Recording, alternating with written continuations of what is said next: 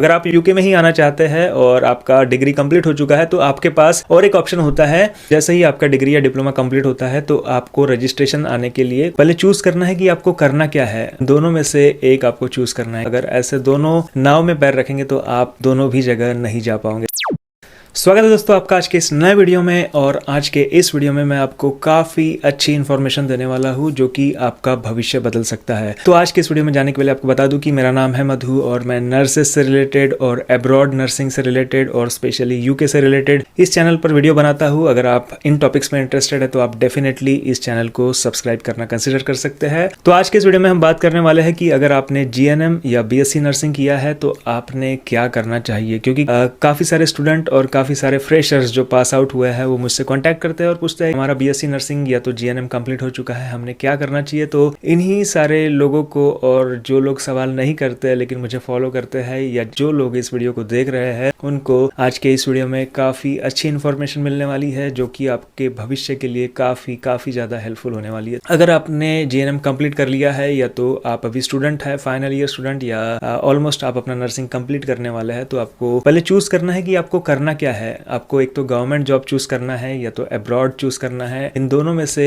एक आपको चूज करना है, क्योंकि आप अगर सोचेंगे कि यहाँ नहीं हुआ तो मैं यहाँ जाऊंगा, अगर ऐसे दोनों नाव में पैर रखेंगे तो आप दोनों भी जगह नहीं जा पाओगे। तो आपको सबसे पहले चूज करना है कि मुझे गवर्नमेंट जॉब चूज करना है या अब्रॉड चूज करना है। अगर आप कंफ्यूज होंगे कि आपको क्या करना है तो इसके ऊपर भी मैंने डिटेल में वीडियो बनाया, उसे आप देख सकते हैं और आप डिसाइड कर सकते हैं। तो आपने सोचा होगा कि मैंने सिर्फ गवर्नमेंट जॉब या तो अब्रॉड के बारे में ही क्यों बोला, प्राइवेट जॉब्स के बारे में क्यों नहीं बोला। तो जैसे कि आपको पता ही होगा कि इंडिया में प्राइवेट जॉब्स जो करते हैं उनकी कितनी सारी परेशानियां होती है। आप में से काफी सारे लोगों ने प्राइवेट ज्वाइन भी किया होगा और आपको पता भी होगा कि कितने सारे प्रॉब्लम्स इंडिया में अगर आप प्राइवेट हॉस्पिटल में काम करते हैं तो आपको उठाना पड़ता है। उसके साथ भी आपको जो सैलरी दी जाती है वो काफ़ी कम होती है। कई हॉस्पिटल में 10,000 15,000 की सैलरी होती है और यह सैलरी अभी के इन्फ्लेशन के हिसाब से बहुत कम है। तो इसीलिए आपको डिसाइड करना है ये दो ऑप्शन में से आपको प्राइवेट का ऑप्शन परमानेंटली चूज नहीं करना है। अगर आप गवर्नमेंट हॉस्पिटल ज्वाइन करना चाहते हैं, चाहे वो स्टेट हो या सेंट्रल हो, तो आपको अपना प्रिपरेशन जब आप स्टूडेंट रहते हैं तभी से स्टार्ट करना चाहिए, क्योंकि आप जो भी नर्सिंग में पढ़ते हैं एंट्रेंस एग्जाम्स में पूछा जाता है। अगर आपका बेसिक नर्सिंग एजुकेशन काफी अच्छा है तो आपकी एंट्रेंस एग्जाम आपको क्लियर करने के लिए काफी हेल्प हो जाती है। तो आपने जॉब बिल्कुल ज्वाइन नहीं करना है, स्पेशली आपको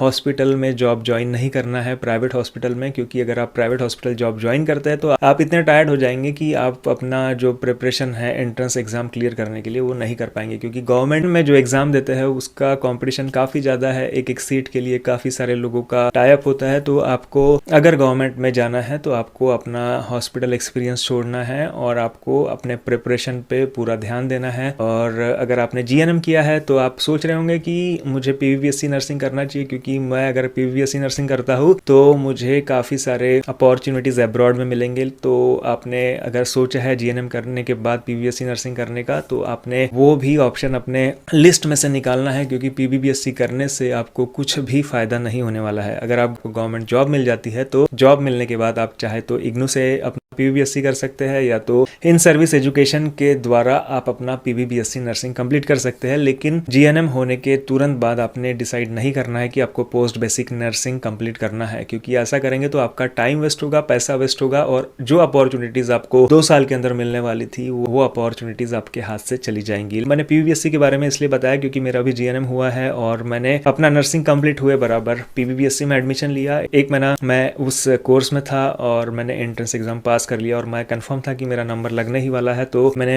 अपना एप्लीकेशन जो नर्सिंग पीवीबीएससी नर्सिंग का था वो विड्रॉ कर लिया और उस कोर्स से मैं निकल गया और मुझे जो नुकसान होने वाला था 2 साल का, वो नुकसान होने से मैं बच गया। तो आप भी पीवीबीएससी नर्सिंग मत कीजिए जब तक आप डिसाइड नहीं करते कि आपको क्या करना है। अगर आपने सोचा ही है कि मुझे सिर्फ कॉलेज साइड में ही रहना है तो आप डेफिनेटली पीवीबीएससी, एमएससी और पीएचडी भी बाद में कर सकते हैं। लेकिन अगर आपका अब्रॉड या गवर्नमेंट जॉब ही ऑप्शन है तो बिल्कुल पीवीबीएससी की तरफ नहीं जाइए। तो अभी उन लोगों के लिए बात करूंगा जो जाना चाहते हैं अब्रॉड में। तो अगर आपने इस समय डिसाइड कर लिया है कि मुझे अब्रॉड जाना है तो आपको मैं सजेस्ट करूंगा कि आप कोई भी हॉस्पिटल ज्वाइन कर लीजिए। यह जो चीज है मैं आपको इसलिए बता रहा हूँ क्योंकि काफी सारे लोग ओईटी और आईएलटीएस पास कर रहे हैं, क्योंकि फ्रेशर्स जो होते हैं उनका एकेडमिक काफी अच्छा होता है, उनका इंग्लिश में कमांड भी आजकल काफी अच्छा होता है बच्चों का। तो इसी कारण से काफी सारे लोग आईएलटीएस और ओईटी पास कर रहे हैं, अपना बीएससी नर्सिंग या जीएनएम कंप्लीट हुए बराबर, और ओईटी कंप्लीट करने के बाद, आईएलटीएस कंप्लीट करने के बाद उनको जॉब्स मिलने में काफ़ी ज़्यादा मुश्किलें हो रही है, क्योंकि यूके ही ऐसा देश है जहाँ पे आप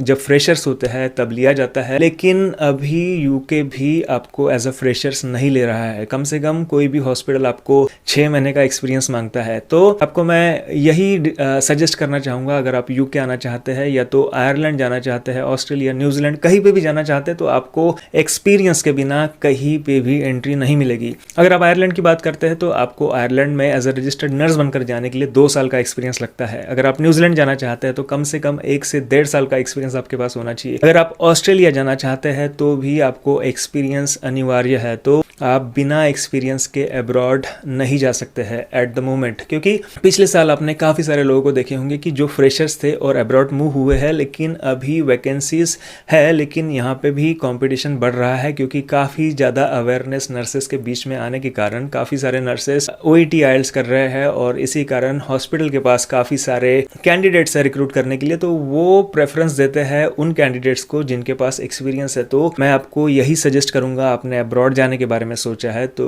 आप हॉस्पिटल ज्वाइन कीजिए, कम से कम 6 महीने का एक्सपीरियंस लीजिए, और साथ ही साथ आपको आपके इंग्लिश लैंग्वेज प्रिपरेशन पे भी ध्यान देना है। आपका सबसे पहले बेसिक इंग्लिश सुधारना है, अपना ग्रामर पे फोकस करना है, इंग्लिश बुक्स पढ़ना है, जिससे आपकी वोकैबुलरी काफ़ी ज़्यादा डेवलप होगी, और साथ ही साथ आपको ओईटी क्लास भी आप ज्वाइन कर सकते हैं अगर आपको लगता है कि आपको क्लास की ज़रूरत है। तो क्योंकि ज़्यादा से ज़्यादा जो क्लासेस होते हैं वो दिन में 1 या 2 घंटा ही होता है, और आपकी ड्यूटी भी 8 घंटे की आसपास रहती है, तो आप अपने ड्यूटी के बाद अपना क्लासेस कर सकते हैं, अपने प्रैक्टिस कर सकते हैं, और इसके साथ अगर आप ये कंटिन्यू करते रहेंगे तो अपने ड्यूटी से थोड़ा 1 या 2 हफ्तों का ब्रेक लेके आप अपने एग्जाम प्रिपरेशन इंटेंसिवली कर सकते हैं, जिससे आप सारी मॉक टेस्ट हर रोज कर सकते हैं। अपने एग्जाम के लिए आप ऑलमोस्ट प्रिपेयर हो जाएंगे। ये सजेस्ट मैं आपको इसलिए कर रहा हूँ क्योंकि मैंने खुद ऐसा प्रिपरेशन किया था। मैं खुद गवर्नमेंट हॉस्पिटल में काम करता था, जो कि काफ़ी बिजी हॉस्पिटल था, और वहाँ हॉस्पिटल में काम करते समय मैंने अपना आईएलटीएस प्रिपरेशन किया, और जब मेरा एग्जाम का समय आया पास में तो मैंने 2 हफ्ता का एनुअल लीव डाला, और एनुअल लीव जब मैंने डाला था उस समय मैंने आईएलटीएस का इंटेंसिव प्रिपरेशन किया और अपना आईएलटीएस दिया, और आईएलटीएस पास भी हो गया। तो